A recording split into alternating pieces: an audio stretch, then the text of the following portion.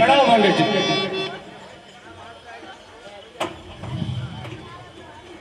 લો લો હું આજે ધનુષ્ય ચડાવીને જોઈ જોઉં કોણ છે કાળા માતાનો મન। આજે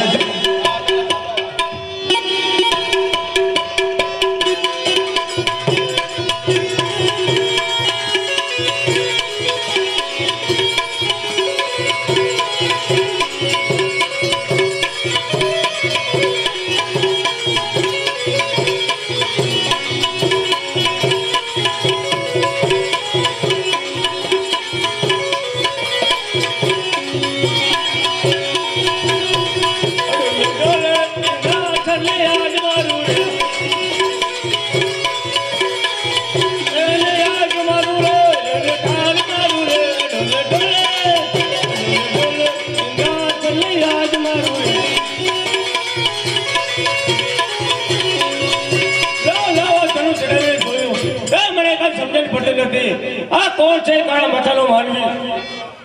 મારા ભાઈ બ્રહ્માને બોલે આજે ઇન્દ્ર બોલાવે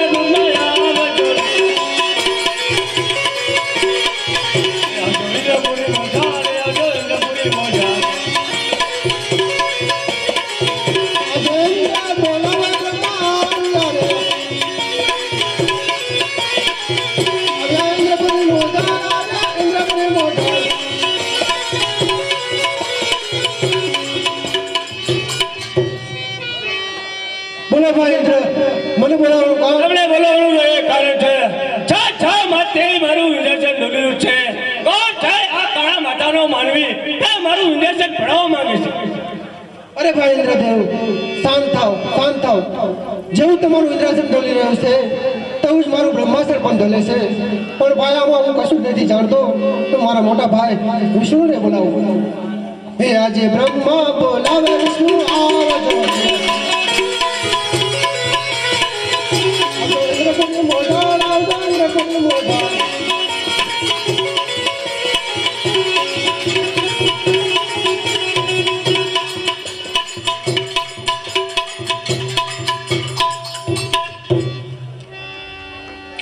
અરે ઇન્દ્રદેવ બ્રહ્મદેવ આપ તો બંને દેવો દેવભૂમિની અંદર સભા ભરી બેઠા છો। એમાં અચાનક મને બોલાવ્યો આવો તે વાળી મારું શું કામ પડ્યું બ્રહ્મદેવ?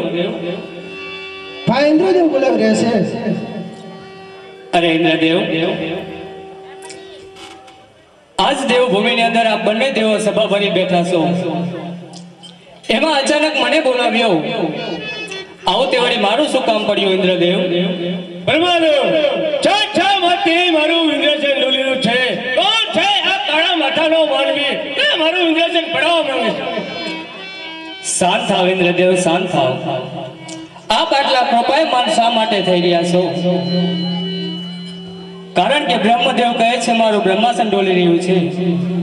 હે ઇન્દ્રદેવ આપ કહી રહ્યા છો કે મારું ઇન્દ્રાસન ડોલી રહ્યું છે, પરંતુ હે પ્રભુ મને ક્ષમા કરજો કારણ કે આજ મારું વૈકુંઠ પુરી પણ ડોલી રહ્યું છે।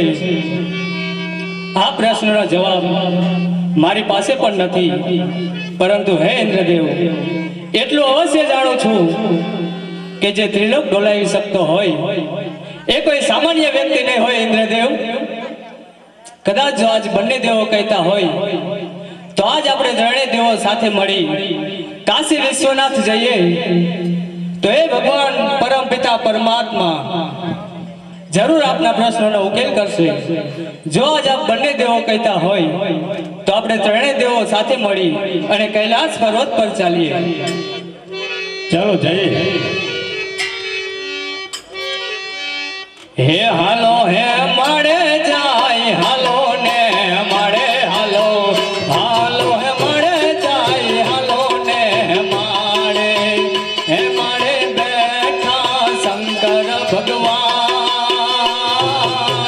બેઠા પાર્વતી ને શિવજી ભગવાન ઘોડા રે ભગવાન હાલો હે મળે જાય હાલો ને મળે હાલો હાલો હે મળે જાય હાલો ને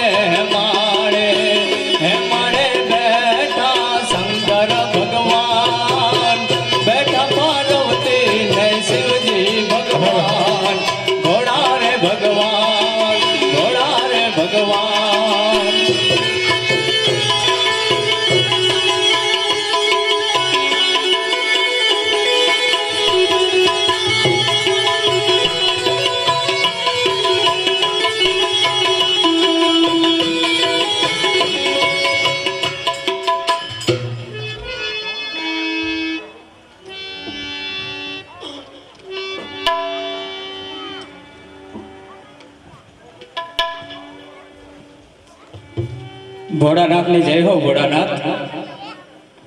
અરે ઇન્દ્રદેવ, વિષ્ણુદેવ, બ્રહ્મદેવ, આજ આપ ત્રણે દેવ લોક આ સભા ભરી અને મારી કૈલાસપુરીની અંદર આવ્યા છો, તો આપનું આવવાનું કારણ?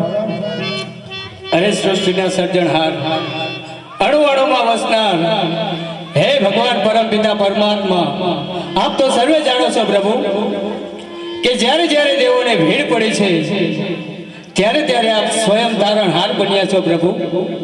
આપ તો સર્વે જાણો છો પરમપિતા પરમાત્મા, કદાચ જો આજ આપ મારા મુખેથી સાંભળવા માંગતા હોય તો હે પરમપિતા પરમાત્મા, છ માસથી ઇન્દ્રદેવને ઇન્દ્રપુરી ડોલી રહી છે, બ્રહ્મદેવને બ્રહ્મપુરી પણ ડોલી રહી છે. તો હે પ્રભુ, આજ મને ક્ષમા કરજો, કારણ કે આજ મારી વૈકુંઠપુરી પણ ડોલી રહી છે.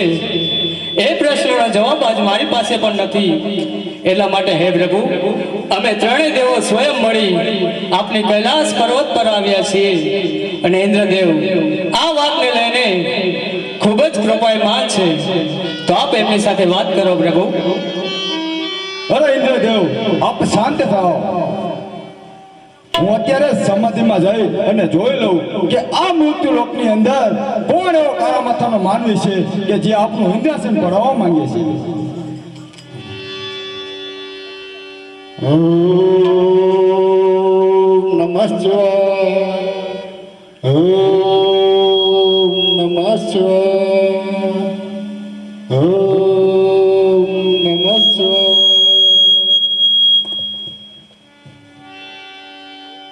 અરે ઇન્દ્રદેવ, આપ શાંત થાઓ. એ તો એક મારો પ્રેમી અને ભોયલો ભક્ત રાજા અજમલ છે કે જે શેર માટેની ખોટ માટે આ મૃત્યુ લોકની અંદર મારું તપ કરી રહ્યો છે. માટે એને આપણા ઇન્દ્રસેનની કોઈ જ મોહમાયા નથી. માટે હે ઇન્દ્રદેવ, આપ શાંત થાઓ. અરે ઇન્દ્રદેવ, આપ ઇન્દ્રપુરીમાં સીધાઓ. હું હમણાં જ મારા ભોયલા ભક્તને સ્વપ્ન આપી અને આવું છું. અરે બ્રહ્મદેવ, આપ પણ બ્રહ્મપુરીમાં સજાવો. હું હમણાં જ મારા ભોયલા ભક્ત અજમલને સપના આપીને આવું છું. વિષ્ણુ ચાલ્યા વૈકુંઠપુરી મુજા, હો જીલે વિષ્ણુ ચાલ્યા વૈકુંઠપુરી મુજાડ રે. એવા સ્વપ્ના હે આપીને શંકર વહેલા આવજો જી.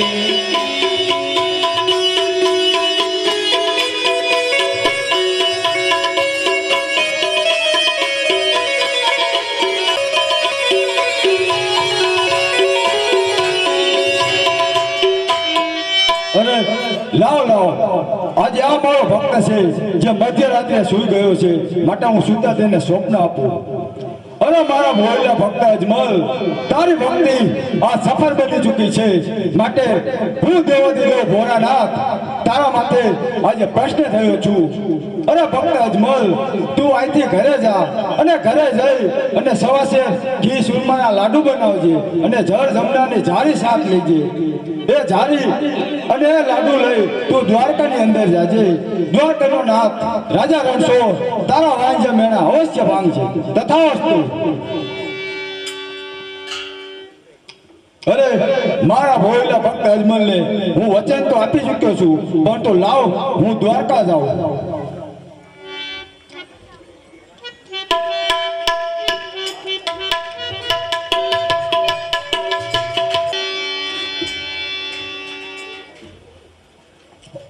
અરે પ્રભુ, અચાનક કૈલાસ છોડી આજ મારે દ્વારિકાની અંદર આવવાનું કારણ પ્રભુ? અરે કૃષ્ણદેવ, આવવાનું તો મારું એક કારણ છે, પણ જો તમે મને વચન આપો તો હું વચન સાથે આપને વાત કરું. અરે આજ પરમપિતા પરમાત્માને મારી પાસે કદાચ વચનની જરૂર પડી હોય તો હે ભગવાન ભોળાનાથ, આજ દ્વારિકાધીશ શ્રી કૃષ્ણના અનેક વચન છે પ્રભુ. ઘણી ખુશીથી આપ વાત કરી શકો છો. અરે કૃષ્ણ, વચન આપવું ખૂબ જ સહેલું છે, પણ એને વચનને પાળવું ખૂબ જ કઠિન છે. માટે આપ જોયું છે અને મને વચન આપ. હા પ્રભુ, આપ તો સર્વે જાણો છો પરમપિતા પરમાત્મા, કે આ દિવસ સુધી દ્વારિકાધીશ શ્રી કૃષ્ણનું વચન ક્યારેય મિથ્યા ગયું નથી અને જવાનું પણ નથી પ્રભુ. ઘણી ખુશીથી આપ વાત કરી શકો છો ભોળાનાથ. અરે કૃષ્ણ દેવ, આપનો આ કૃષ્ણ અવતાર પૂરો થઈ રહ્યો છે એ આપ પણ જાણો છો અને હું પણ જાણું છું. અરે કૃષ્ણ, મારું વચન એટલું જ છે કે આ મૂર્ત લોકની અંદર એક મારો પ્રેમીલો અને ભોળેલો ભક્ત અજમલ છે કે જેને શેર માટેની ખોટ છે. તે મારો ખૂબ જ તપ કરી રહ્યો હતો અને મેં તેને વરદાન આપ્યું છે કે જા, તારે ત્યાં પુત્રનો જન્મ થશે. અને કૃષ્ણ, મને એવી ઈચ્છા છે કે આપ સ્વયં આ મૂર્ત લોકની અંદર તેને ત્યાં પુત્ર સ્વરૂપે અવતાર ધારણ કરો. નહીં નહીં ભગવાન ભોળાનાથ, આ વચનની અંદર તમારે જોઈતું હોય તો બીજું કંઈ માંગી લ્યો, પરંતુ મૃત્યુ લોકની અંદર મારું અવતરણ ક્યારે શક્ય નથી પ્રભુ. અરે કૃષ્ણ દેવ, આપણે ગીતામાં પણ કહ્યું છે કે જ્યારે જ્યારે આ મૃત્યુ લોકની અંદર પાપનો ભાર વધે છે ત્યારે આ અવતાર લેવા માટે બંધાયેલો છો. માટે હું તમને આદેશ કરું છું કે આ મૃત્યુ લોકની અંદર આપ અવતાર ધારણ કરો. હા પ્રભુ, આપના આદેશ પ્રમાણે મૃત્યુ લોકની અંદર હું અવશ્ય અવતાર ધારણ કરીશ. પરંતુ પ્રભુ, એ પરમ ભક્ત તમારો છે કે જેને 6 માસ તમારી ભક્તિ કરી છે, તો પ્રભુ આપ સ્વયં અવતાર કેમ ધારણ નથી કરતા? અરે કૃષ્ણ દેવ, આપ જાણો છો કે આ મૃત્યુ લોકની અંદર હું કોઈ દિવસ કોઈનો પુત્ર બન્યો નથી અને બનવાનો પણ નથી. માટે મારી એવી ઈચ્છા છે કે આપ સ્વયં મારા પુત્ર, મારા પ્રેમેલા ભક્તને ત્યાં અવતાર ધારણ કરો. હા પરમ પિતા પરમાત્મા, જો આજે આપની ઈચ્છા હોય કે મૃત્યુ લોકની અંદર એ તમારા પરમ ભક્ત અજમલના ઘરે હું પુત્ર સ્વરૂપે અવતાર ધારણ કરું અને આ ભૂમિનો ભાર હળવો કરું, તો હે પ્રભુ, આ દ્વારિકાધીશ શ્રી કૃષ્ણનું વચન છે કે મૃત્યુ લોકની અંદર અવશ્ય હું અવતાર ધારણ કરીશ અને એ પાપી ભેરવાનો અવશ્ય સહાર કરીશ પ્રભુ. જાઓ, આજ દ્વારકાધીશ શ્રી કૃષ્ણનું વચન છે. અરે કૃષ્ણ, આ મૃત્યુ લોકની અંદર તમારા આ અવતારની અંદર તમને કોઈ પણ જગ્યાએ મારી સહાયની જરૂર પડે તો અચૂક મને યાદ કરજો. હું અંતર્દિક્ષ અવશ્ય આપની સાથે રહીશ. અવશ્ય પરમપિતા પરમાત્મા. તથાસ્તુ.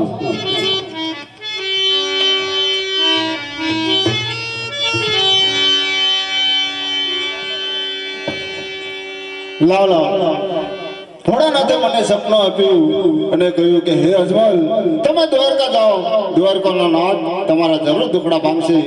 તો ચાલો હું પોકરણગઢ જાઉં અને આજથી હું દ્વારકા જાઉં.